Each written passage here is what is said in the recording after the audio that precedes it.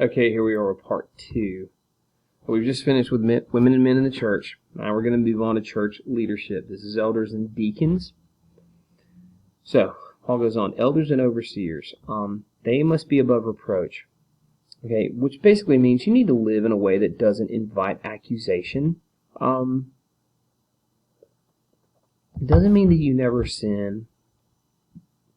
It just means that you have conducted, an elder has conducted himself in a way that no one would expect them of doing, of disobeying God. I mean, with every Christian being aware that our hearts and minds are troublesome environments, to say the least.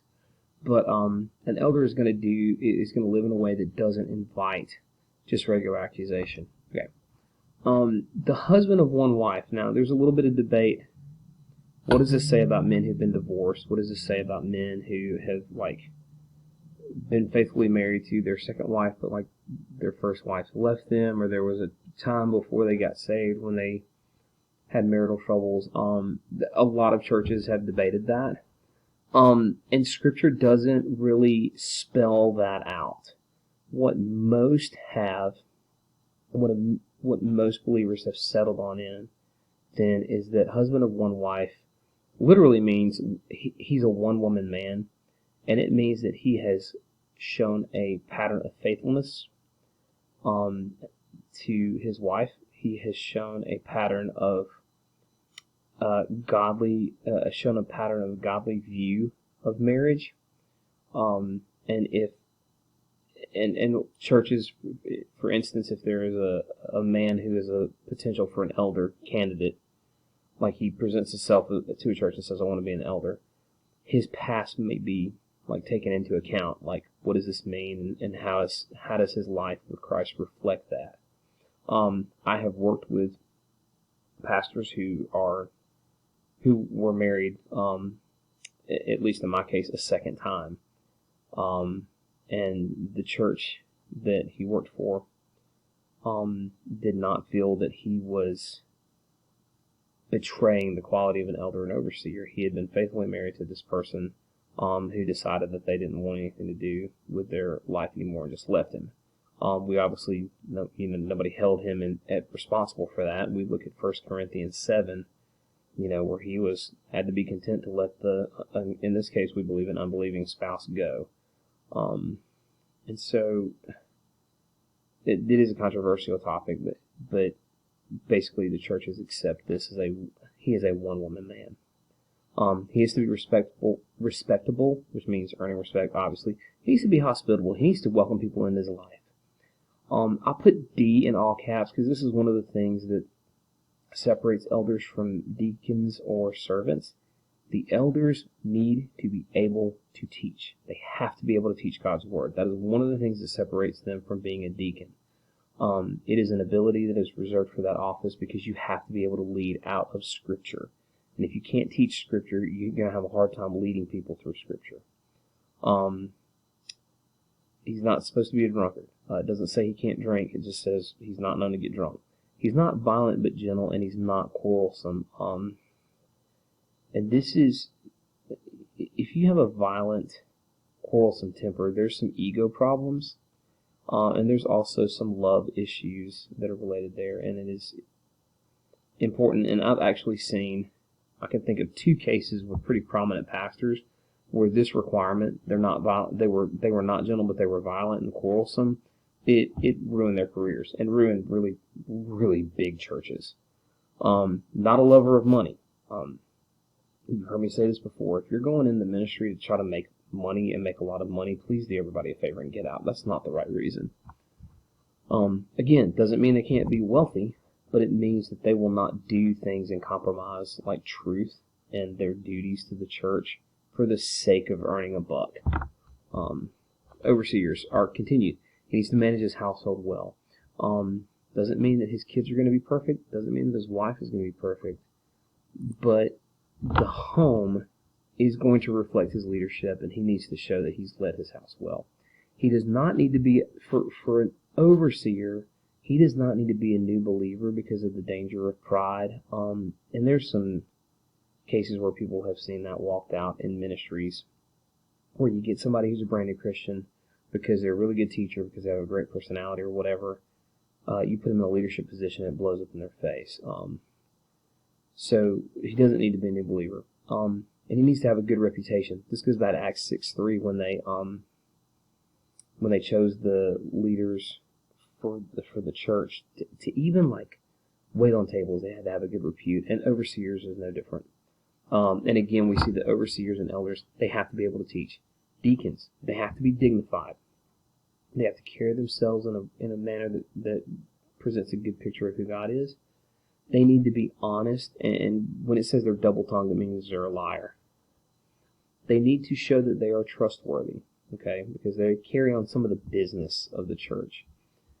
Deacons also need to be a husband of one wife and a strong family leader. Even though they don't have the same position of elders, you see how seriously, and also looking at Acts 6:3, at Acts 6, when they chose the first 7 deacons, how seriously the church took leadership positions. And that's something that we need to remember. I think I can do this next part in 8.5 minutes, so bear with me. Okay, 1 Timothy 2, regarding women's roles in the church.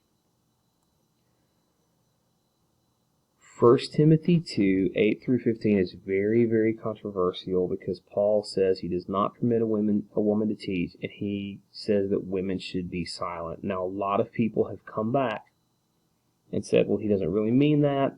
Women can do whatever they want to.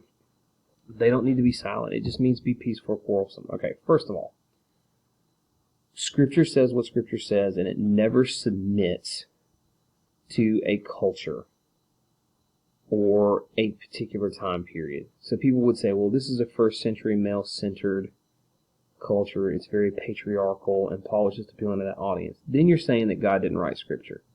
Okay, that is not a good argument, because once you say that, you can do anything you want to with the Bible because you don't believe that God wrote it. You believe that men read it. Okay? So for that interpretation, I cannot agree with the people that say, well, Paul, it's really okay for women to be pastors. Paul meant that for the first century. It doesn't mean that anymore. And a lot of people will go back to the fact that he just said in a few verses ago that they're not supposed to wear braids and jewelry. Well, we explained what the jewelry was because the women didn't want to show off how much money that they had. By wearing jewels in that time, that showed that they were flaunting their wealth. But it's not the jewelry that was the problem. It was their lack of modesty. The core teaching never changes. Women and men are supposed to be modest. The examples change, okay? So women, don't braid your hair because that's what streetwalkers would do to show that they were available. Don't wear jewelry because that's what arrogant people would do to show that they're richer than you. Okay, those are just examples. I mean, there's nothing wrong with braided hair today because everybody does it. Like, it's not indicating that you don't belong to the church. In this case, the principle, when regarding women's role in the church, the principle that Paul teaches is that women are to remain silent and to not be in a position of teaching eldership in the church. Okay?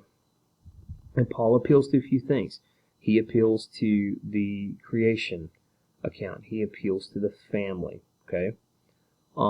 He does not squeeze it into the Ephesus context, and he doesn't squeeze it into like a temporary, like first century context. He just says, ladies, the teaching elder position is not for you. Okay? Paul does not do this to reflect the ability or value. Well, what do you because the question is, well, what about a girl who speaks well? All right, that's fine. Find a way to speak well. That doesn't mean that God is calling you to be a pastor. And it also, it's just, well, to answer that, it's not talking about like women are somehow less than men. They've just been given a different role and a design. Okay? Women are commanded to do good works in the church. Men are commanded to do good works in the church. In Titus, you will see that women are told to mentor and to teach younger women, and men are told to mentor and to teach younger men. So in about 99% of the say about 99% of the roles in the church where there's leadership to be given, women and men can do pretty much the same thing. It's just that one area where Paul says, don't allow women to teach. So what are the good works? The ministry of the gospel. And that's really what it's meant. Like, women, men, lead your home in the ministry of the gospel. Give the gospel to your kids. Women, mentor other women in the ministry of the gospel. Men, mentor other men in the ministry of the gospel. And the elders, that small body of leaders that you have, according to Paul, according to Scripture, and nowhere in Scripture is Paul deviating from that. It is to be a group of select men who are appointed, selected for the role of leading the church. All right.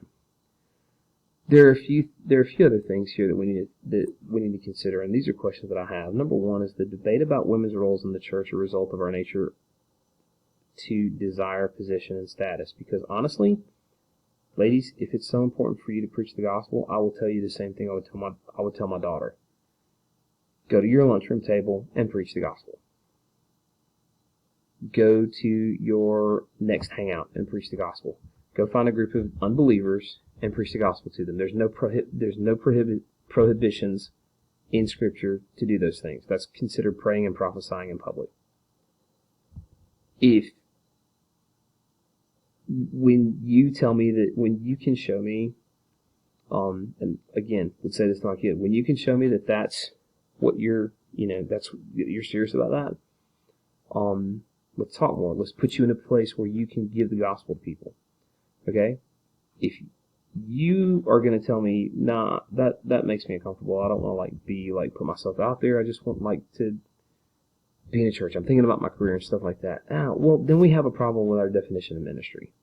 And I've seen that really played out in the debate with a lot of women leaders in the social media circuit, how they're always banging on about their desire to break the glass steeple and be able to be ministers in the pulpit and stuff like that. But then the whole concept of preaching out in the street is something that they think is foreign and not really cool, because that just doesn't win people. It's well,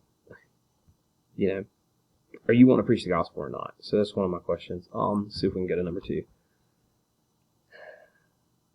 2.5 minutes. I'm going to try to do this. Regarding the women's role in the church, when it says saved through childbearing, weirdest passage, one of the most difficultly interpreted. There's there's 3 different interpretations and 2 indicators. Number 1, saved through childbearing and not by childbearing. It means that in general, women who were in danger during childbirth would be protected. I don't think that's a great interpretation, but it's not a bad one. John MacArthur thinks, and I think John Piper believes this too, they would be saved through the childbirth, and Paul is making a reference to Christ, and they're talking about women growing in discipleship and being saved by Christ. My favorite interpretation is number 3. In the context that Paul was bringing up, he talked about women being deceived and being victims to false teachers. He talked about Eve's deception and how she fell for the lies of the serpent. There is a fantastic book called, I think it's called Biblical Men and Women, but it is by Margaret and Andreas Kostenberger. They are a husband and wife team they're actually professors who wrote about this.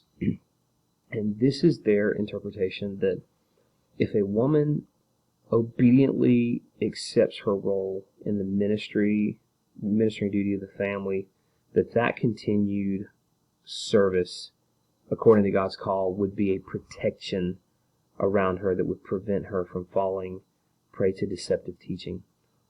It would be marked by child raising, and she would be ministered by God. She would be ministered to by God through this process. And just finally, guys, don't minimize the value of a mom, and make it so women are quote unquote only having babies and raising children. Every man wants a child, and every leader has a mom. Don't minimize the value of a mother's ministry to her children.